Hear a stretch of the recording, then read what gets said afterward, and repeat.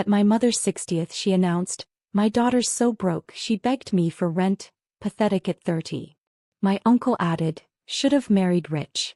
The guest's smirks vanished when my ex walked in and placed a sealed envelope on the table, then took a seat across from my mother, arms crossed.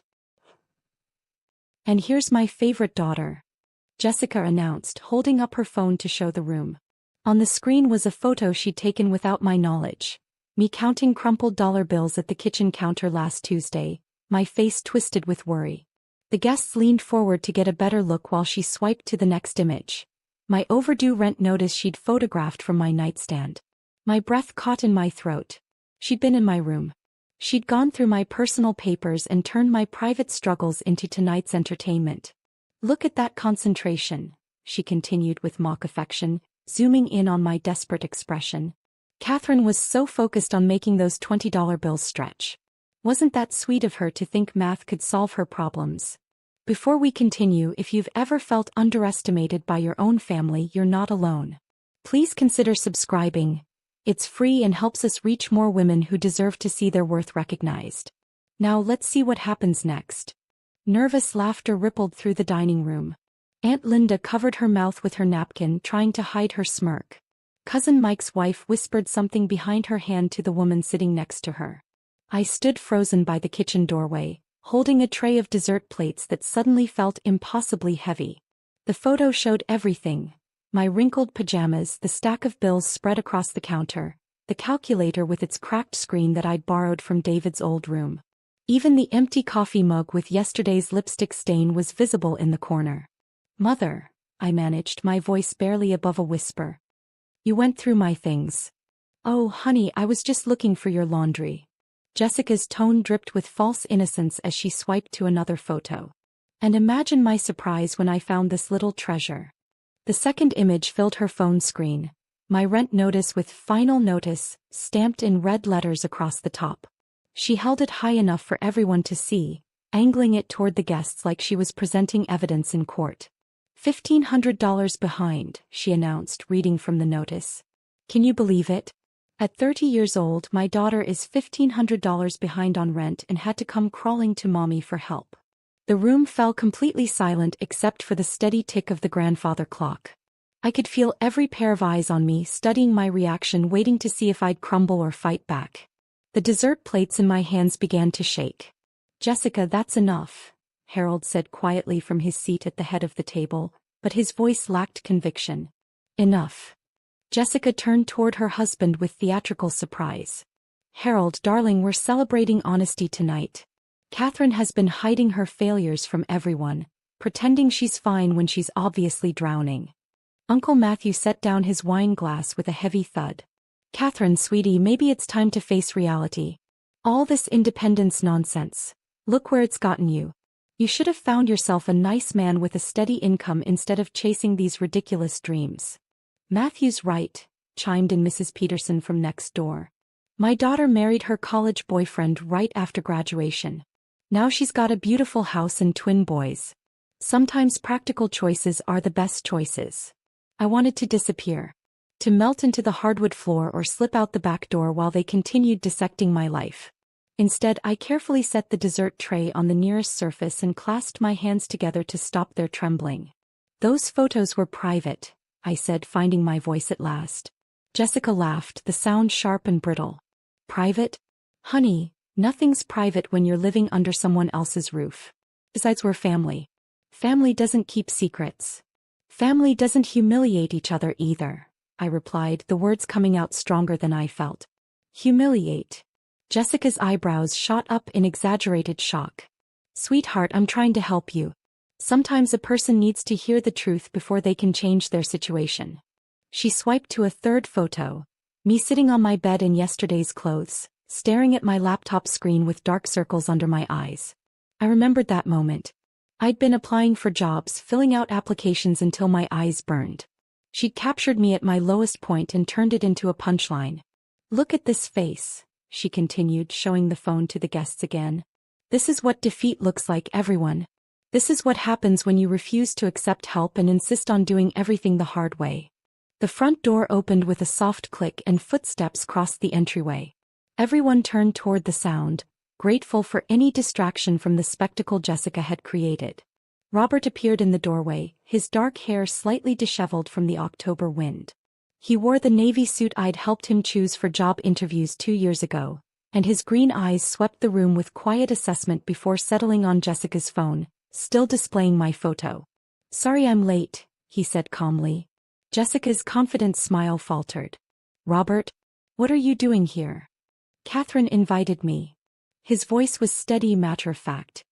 He stepped into the room like he belonged there, like the harsh words Jessica had spoken about him in this very space were ancient history. I hadn't invited him. We'd barely spoken in months. From his jacket pocket, Robert pulled out a cream-colored envelope. Without ceremony or explanation, he walked to the dining table and placed it directly in front of Jessica's plate, right next to her birthday cake. Then he pulled out the empty chair across from my mother and sat down, his arms crossed, his expression calm but watchful. The envelope sat between them like an unspoken challenge. Jessica stared at it, her phone finally lowering to the table. The room held its breath, waiting to see what would happen next. Something inside my chest shifted, like pieces of a puzzle finally clicking into place. For the first time all evening, I wasn't the center of unwanted attention. I was watching my mother's face as she realized she no longer controlled the narrative. I walked to the front door, not to escape, but to step outside where I could breathe and prepare for whatever revelation that envelope contained.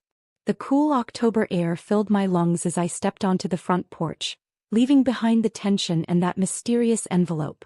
My hands were still shaking from Jessica's photo display, but out here in the darkness I could finally think clearly. The porch swing creaked in the wind, the same sound that used to comfort me during high school heartbreaks. Now it just reminded me how little had changed since then. I was 30 years old, standing on my childhood porch, hiding from my own birthday party disaster. Through the dining room window I could see Robert still sitting across from Jessica, that envelope untouched between them. The party guests had resumed their conversations, but their voices seemed muted, cautious. Everyone was waiting for something to happen. I couldn't watch anymore. I slipped back inside through the kitchen door and climbed the stairs to my room, the same route I'd taken countless times as a teenager when family gatherings became too overwhelming. The second-floor hallway felt narrower than I remembered. The family photos lining the walls told their usual story. David's graduation ceremonies, his wedding, his various business ventures celebrated with champagne toasts. My pictures were there too, but they stopped abruptly at high school graduation. After that, it was as if I'd simply vanished from the family narrative. I pushed open my bedroom door and flicked on the light switch. The sight that greeted me never failed to sting. Nothing had changed since I was 17. The wallpaper still featured those ridiculous pastel vines I'd begged Jessica to let me paint over. The corner desk where I used to spread out college brochures and plan my escape to Europe sat exactly where it always had, now covered with my current reality: job applications, past due notices, and a calculator with a cracked screen. The layoff had happened 8 months ago. Downsizing, they called it. 23 people let go in a single afternoon, including me and my entire marketing team. The severance lasted 3 months. The unemployment benefits covered basic expenses for another 4. By month 7 I was digging through couch cushions for grocery money. Moving back home had felt temporary at first. Just until I got back on my feet, I told myself.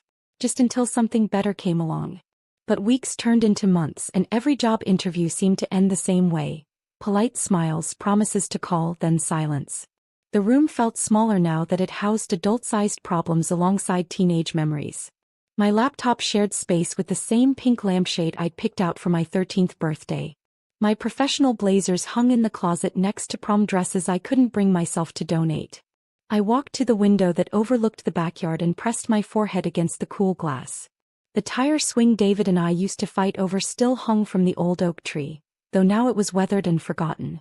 We'd spent entire summers out there, spinning until we were dizzy, convinced we were practicing for astronaut training. Those were the days before Jessica decided I needed realistic expectations. Before she started redirecting my dreams toward more practical paths. The corner desk drawer stuck when I tried to open it, swollen from years of humidity. Inside, buried beneath old school supplies and forgotten birthday cards, I found what I was looking for: a small piece of cream-colored paper, torn and creased from being handled too many times. It was a fragment of my acceptance letter to the University of Edinburgh. The header was still visible. Congratulations. We are pleased to inform you. The rest had been torn away, but I knew every word by heart. Full scholarship. International business program. A chance to start over somewhere Jessica's opinions couldn't reach me.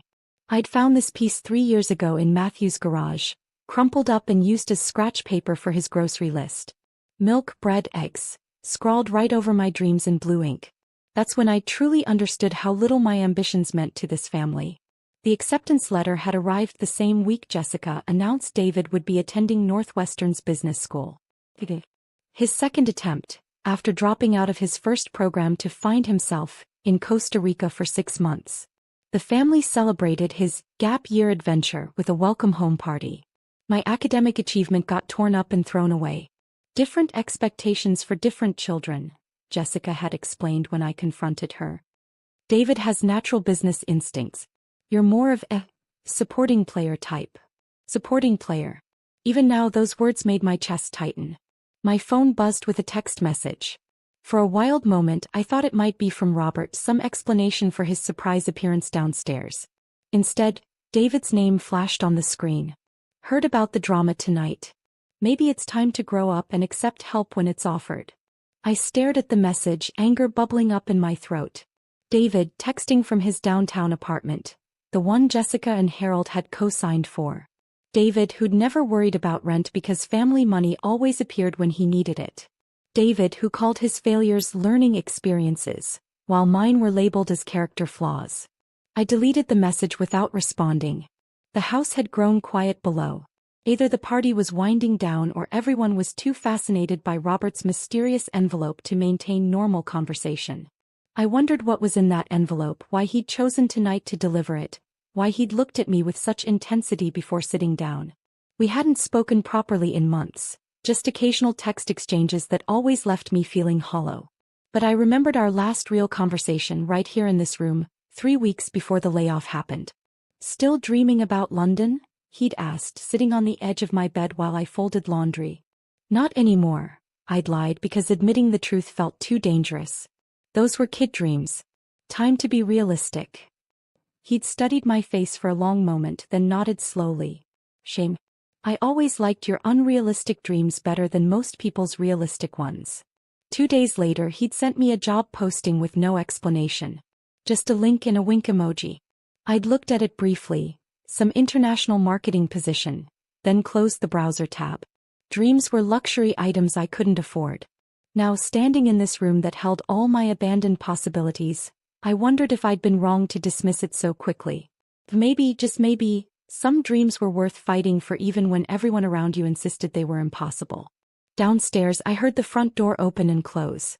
Guests leaving probably. The evening was ending, but something told me the real story was just beginning. The sound of car doors slamming in the driveway pulled me away from the window. I watched the Petersons walk to their car, Mrs. Peterson's voice carrying through the night air as she gossiped with her husband about the evening's drama. More guests would follow soon, leaving Jessica to deal with whatever Robert had brought to her birthday party.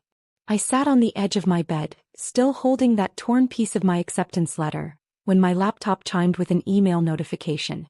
Probably another rejection, I thought. Or worse, another automated response thanking me for my interest while politely declining to move forward. But something made me look anyway. Maybe it was the way Robert had appeared tonight, confident and purposeful. Maybe it was the way he'd placed that envelope in front of Jessica with such certainty. Or maybe I was just tired of feeling powerless in my own life. I opened the laptop and stared at the screen. The email wasn't a rejection. It was from a company called Meridian Global, asking if I was still interested in the position Robert had sent me months ago. The international marketing role I'd dismissed as another impossible dream. My finger hovered over the mouse for several seconds before I clicked the link to read the full job description. London office. European client management. Salary range that made my eyes widen. Travel opportunities. Everything I'd convinced myself I didn't want anymore because wanting it hurt too much.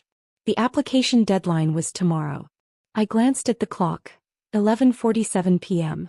In 13 minutes, this opportunity would disappear forever, along with any chance of proving to myself that I was more than Jessica's failed daughter living in a teenage bedroom. My hands trembled as I opened a new document and began updating my resume. I hadn't looked at it in over 2 years, not since the layoff had shattered my confidence along with my career. The words felt rusty, unfamiliar. How do you describe 8 months of unemployment without sounding desperate? How do you explain living with your parents at 30 without admitting defeat? I didn't. Instead, I wrote about resilience. About managing crisis communications during company restructuring.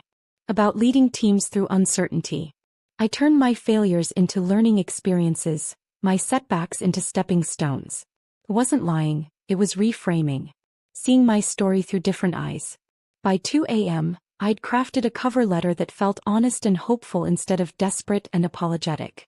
I uploaded my portfolio, triple-checked every word, and stared at the submit button until my eyes burned.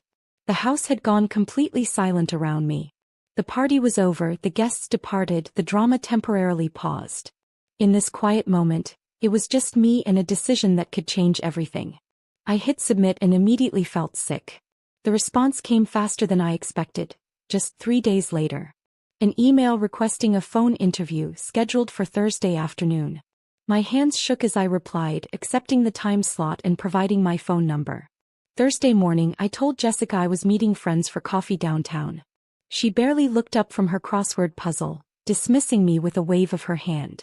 "Try not to spend money you don't have," she said without glancing up. Instead, I drove to the public library and sat in Robert's car in the parking lot, my phone connected to his mobile hotspot. He waited outside, pacing near the building entrance, giving me privacy while staying close enough to provide technical support if needed. The interview lasted 45 minutes. 3 people on the call. The hiring manager, a senior director, and someone from human resources. They asked about my experience with international clients, my adaptability to new cultures, my willingness to relocate. I answered honestly, surprised by how confident I sounded when talking about work I actually cared about. "We'll be in touch within 2 weeks, the hiring manager said before ending the call. I sat in Robert's car afterward, staring at my phone's blank screen, not sure whether to feel hopeful or terrified. He knocked on the window and slid into the driver's seat. "How did it go?" he asked quietly. "I don't know. Maybe good." They seemed interested. I paused, then looked at him directly. "Why did you send me that job posting? We haven't talked in months." Robert was quiet for a long moment, his hands resting on the steering wheel. "Because you're the smartest person I know, and watching your family convince you otherwise was breaking my heart." His words hit me harder than I expected. "Robert, I'm not trying to get back together, Catherine. That ship sailed when you chose their version of your story over your own. But I couldn't watch you disappear completely." We sat in comfortable silence while I processed what he'd said. Outside, families walked in and out of the library, children clutching picture books, teenagers lugging backpacks. Normal people living normal lives, pursuing normal dreams without having to justify their ambitions to anyone. The waiting period was torture. 2 weeks stretched into an eternity of checking email every few minutes, jumping every time my phone buzzed, analyzing every automated message for hidden meaning. Meanwhile, life at home continued as usual. Jessica bragged to anyone who would listen about David's acceptance into his 4th business program attempt. "He's really found his passion this time," she announced during Sunday dinner. The admissions committee was impressed by his diverse educational background. Diverse educational background. That's what they called his pattern of starting programs and quitting when things got challenging. I spent those 2 weeks taking on freelance writing projects, small assignments that paid just enough to cover my contribution to household expenses. Jessica made sure I knew she noticed every time I cleaned the bathrooms or did extra chores, as if I were working off a debt instead of contributing to a family home. "At least Catherine's being useful," she told Aunt Linda during one of their weekly phone calls, her voice carrying through the thin walls. "It's good for her to learn the value of honest work." Honest work. As if my previous career had been somehow fraudulent. The offer email arrived on a Tuesday evening while I was scrubbing kitchen tiles, trying to work off my frustration with physical labor. My phone buzzed and I almost ignored it, assuming it was another freelance inquiry or promotional message. Instead, I found myself staring at the most beautiful email I'd ever received. The subject line read, "Job offer, International Marketing Manager position. 6-figure salary. Relocation assistance. Company apartment in London for the first 6 months. Start date, 3 weeks from acceptance. I read it 3 times before it felt real. Then I printed it out, my hands shaking as the pages emerged from Harold's old printer. I folded the papers carefully, slipped them into an envelope and carried that envelope upstairs to my childhood bedroom. I placed it under my pillow like a talisman, a secret piece of validation that proved I was more than this house's version of me. For the first time in months I fell asleep smiling. But I didn't tell them. Not yet. Something deep inside me wanted to savor this moment, to hold on to the power of knowing something they didn't. They had spent so long making me feel small, making me doubt my worth, making me believe their limitations were my reality. I wanted them to see the truth with their own eyes, not hear it filtered through my words that they'd learned to dismiss. I'd been carrying that envelope everywhere for 5 days now. Hidden in my purse during grocery trips, tucked under my pillow at night, folded carefully in my jacket pocket during job interviews I no longer needed.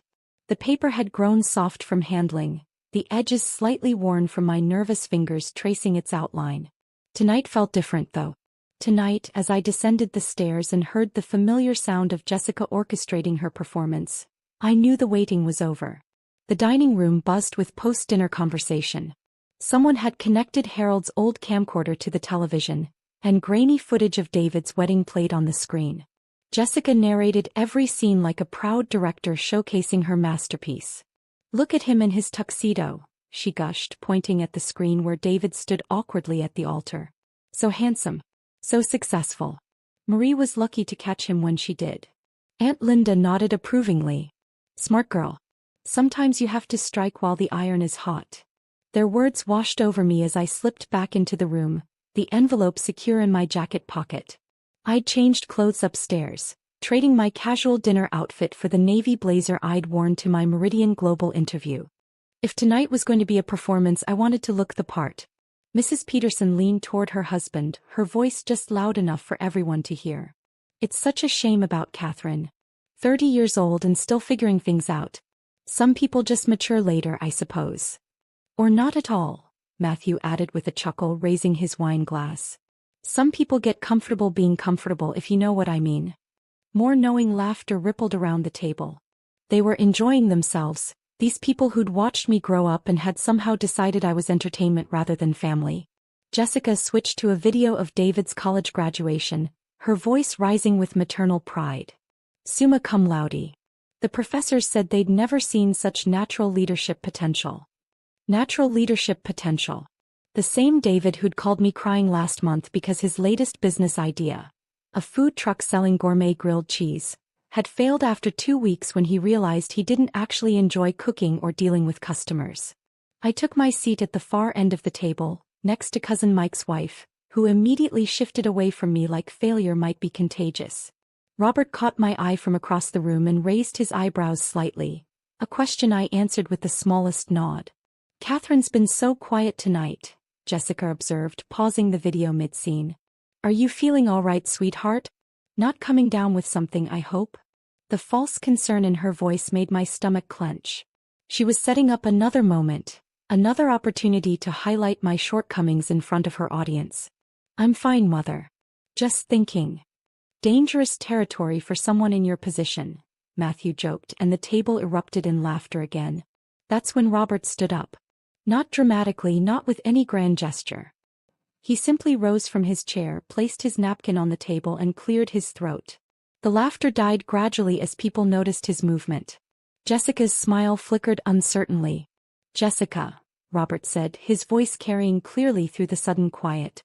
"I've been sitting here listening to everyone discuss Catherine's future, her failures, her supposed lack of direction." Jessica's face tightened. "Robert, I don't think.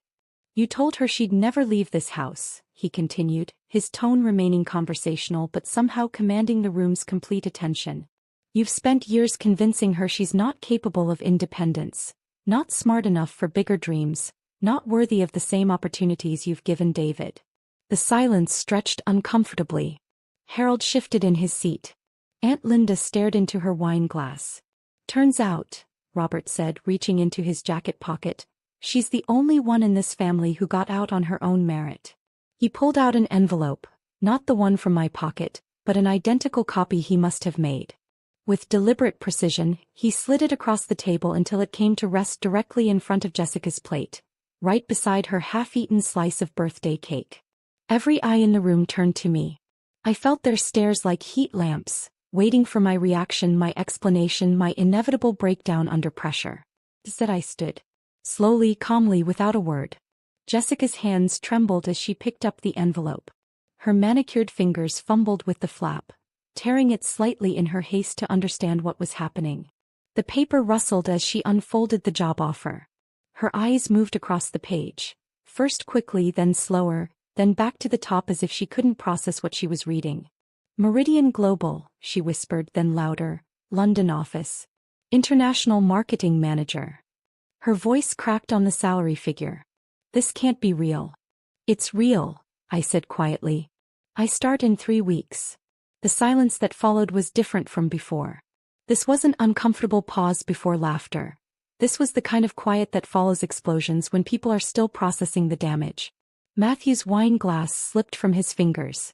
The sound of crystal shattering against the hardwood floor seemed impossibly loud in the stillness. Red wine spread across the polished surface like spilled blood, seeping into the cracks between boards that had witnessed decades of family dinners. I watched the wine spread and thought how appropriate it was.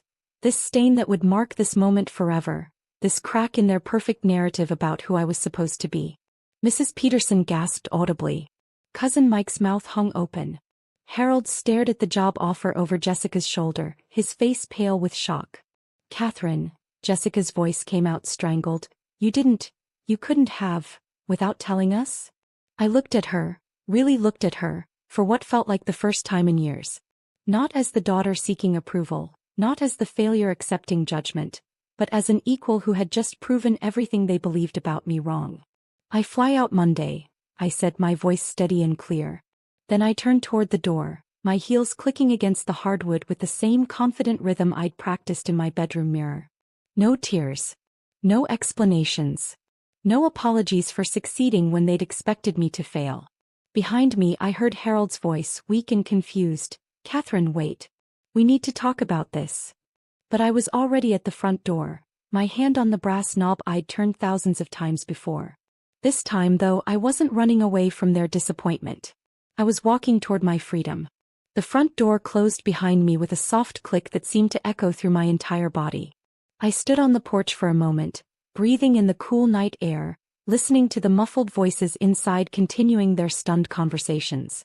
Through the window I could see Jessica still holding my job offer, her face pale in the lamplight. My phone buzzed almost immediately. A text from Harold. Catherine, come back inside. We need to discuss this properly. I deleted it without responding and walked to my car. The drive to my apartment, my old apartment, the one I'd given up 8 months ago, felt surreal. I'd sublet it to a graduate student when I moved back home, and she'd been understanding about me, occasionally stopping by to collect mail or forgotten belongings. Tonight I sat in the parking lot and called her. Emma? It's Catherine. I know it's late, but I was wondering, is the apartment available? Starting Monday. She was moving out anyway, heading to California for an internship. Perfect timing, she said. I was dreading having to clean it myself. 3 days.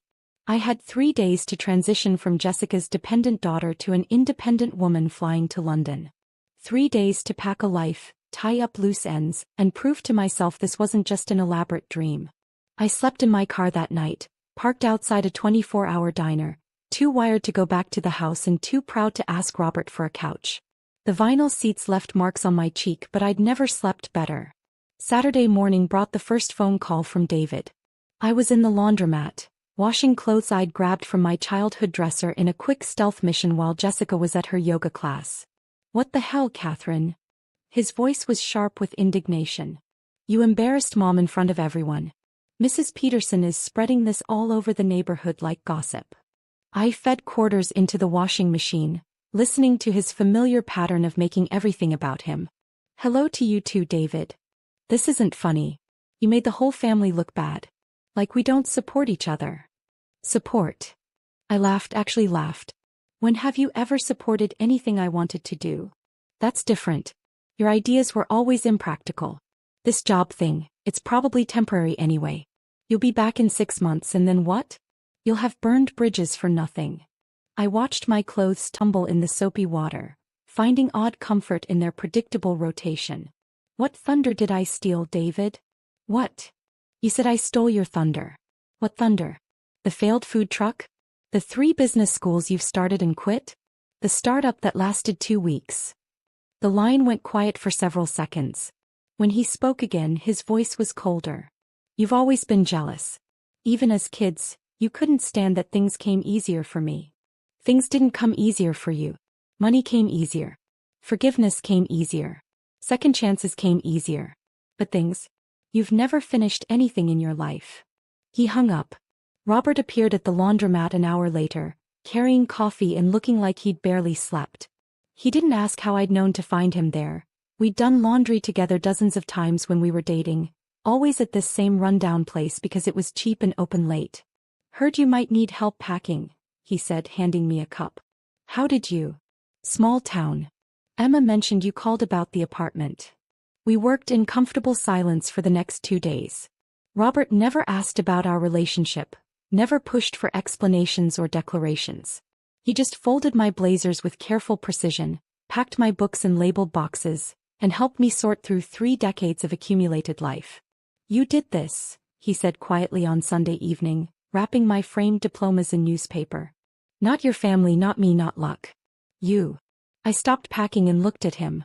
I never thanked you. For the job posting, for tonight, for believing in me when I'd stopped believing in myself. You don't need to thank me for seeing what was always there. That night I made one last trip to the house. Jessica's car was in the driveway, but the lights were off except for the porch lamp. I used my key quietly, slipping upstairs to collect the last few items I'd forgotten. In the attic, buried behind Christmas decorations and David's old sports equipment, I found a box I'd forgotten existed.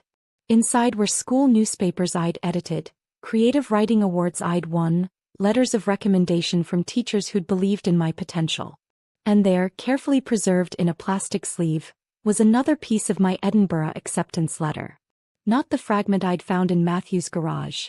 This was a larger section, including the scholarship details and the dean's personal note about my exceptional promise. Jessica had kept it. All these years, while telling me I was impractical and unrealistic, she'd preserved evidence of my capabilities. I took the torn letter. Not as proof of their betrayal, but as reminder of my resilience. I'd survived having my dreams dismissed, my ambitions redirected, my confidence systematically dismantled. And I'd still found a way to rebuild myself. Monday morning arrived gray and drizzling. Robert drove me to the airport, my 2 suitcases and a carry-on bag containing everything I owned that mattered. At the departure gate he hugged me briefly. Don't come back for them, he said. Come back for you if you want to. But not for them. As my plane taxied down the runway, I pressed my face to the small window and watched Chicago shrink below me. Somewhere down there, Jessica was probably telling someone how worried she was about my impulsive decision. David was likely explaining to his friends how family dynamics were complicated. Harold was perhaps wondering if he should have spoken up more over the years. But I wasn't thinking about them anymore. I was thinking about the woman I was about to become. The one who'd applied for an impossible job in the middle of the night, who'd trusted herself enough to take a leap without a safety net, who'd walked away from a family narrative that had never fit her anyway. The plane lifted off, carrying me toward a life I'd chosen for myself. Below, the city lights faded into darkness, taking with them 30 years of other people's expectations. I was finally free to disappoint only myself. The plane touched down at Heathrow just as the sun was breaking through London's famous grey clouds. I collected my luggage with hands that barely trembled, walked through customs with a confidence I'd borrowed from some future version of myself, and stepped into a black cab that smelled like leather and possibility. My company apartment was in Kensington, a converted Victorian townhouse with tall windows and morning light that fell across hardwood floors like golden honey. The flat came furnished but sparse, a blank canvas waiting for someone to make it home. I set my suitcases down in the entryway and walked to the kitchen window. Below me, London stretched out in every direction, all red brick and green parks and winding streets that had existed for centuries before I was born and would continue long after I was gone. The weight of that history should have made me feel small. Instead, it made me feel infinite. That's when the tears came. Not the bitter tears I'd shed in my childhood bedroom, but something cleaner. I cried for the 17-year-old girl who'd dreamed of exactly this view, this moment, this freedom. I cried because she'd survived everything they'd done to convince her she was too small for big dreams. The kettle I found in the kitchen was electric and efficient, nothing like the ancient gas stove back home. I made tea with water that tasted different, leaves that came from a corner shop run by a Pakistani man who'd welcomed me with genuine warmth. Everything here was new, unfamiliar, mine to discover. My first day at Meridian Global arrived faster than I was ready for. The office occupied 3 floors of a glass building near Tower Bridge, all sleek lines and modern furniture and people who looked like they belonged in a magazine about successful professionals. "Catherine Harrison," I said to the receptionist, my American accent sounding impossibly loud in the hushed lobby. "I'm starting today in international marketing."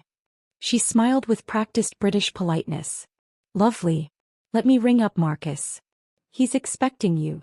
Marcus turned out to be my direct supervisor, a soft-spoken man in his 40s who treated new employees like guests he was genuinely excited to host. He walked me through the office, introducing me to colleagues whose names I immediately forgot, showing me conference rooms with views of the Thames. "You'll be working primarily with our European accounts," he explained as we settled in his office. "Your American perspective should be quite valuable for our clients expanding into U.S. markets." American perspective. He made it sound like an asset instead of a limitation. Like being different was exactly what they'd hired me for. The work was challenging in ways that made my brain stretch and grow. Account presentations, market analysis, client strategy sessions that lasted until evening. I found myself staying late not because I had to, but because I wanted to. For the first time in years, I was solving problems that mattered, creating campaigns that reached real people, building something meaningful. My colleagues were cautiously friendly at first, the way Londoners often are with enthusiastic Americans. But gradually, over shared lunches and after-work drinks at pubs with names like the George and Dragon, they began treating me less like a curiosity and more like a person who belonged. "Where'd you work before this?" asked Priya, a senior account manager with a wicked sense of humor. "Chicago," I said, which was technically true. Marketing for a tech startup that didn't make it.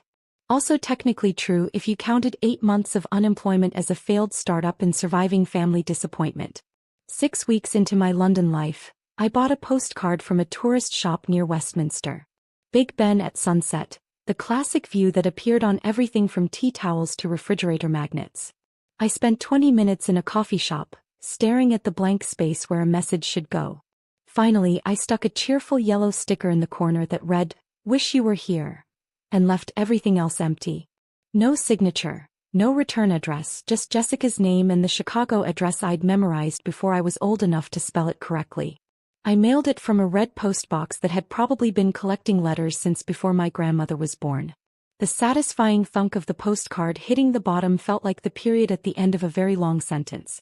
November brought rain and shorter days and Robert's unexpected email. "Have some vacation time saved up. Mind if I visit?" He arrived on a Thursday looking somehow smaller in his winter coat, carrying a duffel bag and the careful expression of someone trying not to hope for too much. I met him at his hotel in Covent Garden, a modest place he'd chosen specifically because it wasn't presumptuous. "You look different," he said, studying my face as we stood awkwardly in the lobby. "Different how?" "Settled. Like you fit in your own skin now." We walked through London like tourists even though I'd been living there for months. Past the Houses of Parliament along the South Bank, through Borough Market where vendors sold cheeses and bread and stories about their families who'd been working these stalls for generations. "I'm proud of you," Robert said as we stood on Westminster Bridge, watching tour boats navigate the choppy Thames. "Not for the job, not for proving them wrong. For choosing yourself." His words hit me differently than I expected. Not like validation I'd been craving, but like recognition of something I'd already accepted about myself. "Thank you," I said and meant it. "For everything. For seeing me when I couldn't see myself." He kissed my cheek then, gentle and brief, and something clicked into place between us. Not romance. That ship had sailed when I'd chosen my family's version of my story over his faith in my potential. But friendship. Real friendship, built on mutual respect instead of shared damage. He flew back to Chicago on Sunday. I didn't ask when I'd see him again, and he didn't make promises about staying in touch. Some connections don't need constant maintenance to remain strong. That evening I walked home through Hyde Park as families were heading inside for dinner. A little girl, maybe 8 years old, was showing her father a drawing she'd made of the London skyline, complete with flying cars and rainbow bridges. "It's not realistic, sweetheart," her father said gently. "Bridges can't actually be made of rainbows." "But they could be," she insisted. "In the future they could be." I smiled as I passed them, remembering another little girl who'd drawn pictures of herself living in foreign cities, working important jobs, making a difference in the world. Someone had told that girl her dreams weren't realistic either. But here I was walking through London at dusk, breathing air that tasted like freedom, living a life they'd insisted was impossible. Sometimes freedom doesn't announce itself with fanfare or victory parades. Sometimes it just settles into your bones like a deep breath you've been holding for decades. Sometimes it's as simple as walking home to an apartment that belongs to you in a city you chose, living a story you wrote yourself. I was finally home. If this story of ultimate revenge had you cheering Catherine on, hit that like button right now. My favorite part was when Robert placed that envelope in front of Jessica, knowing exactly what was inside. What was your favorite moment? Drop it in the comments below. Don't miss more empowering stories like this. Subscribe and hit that notification bell so you never miss an upload.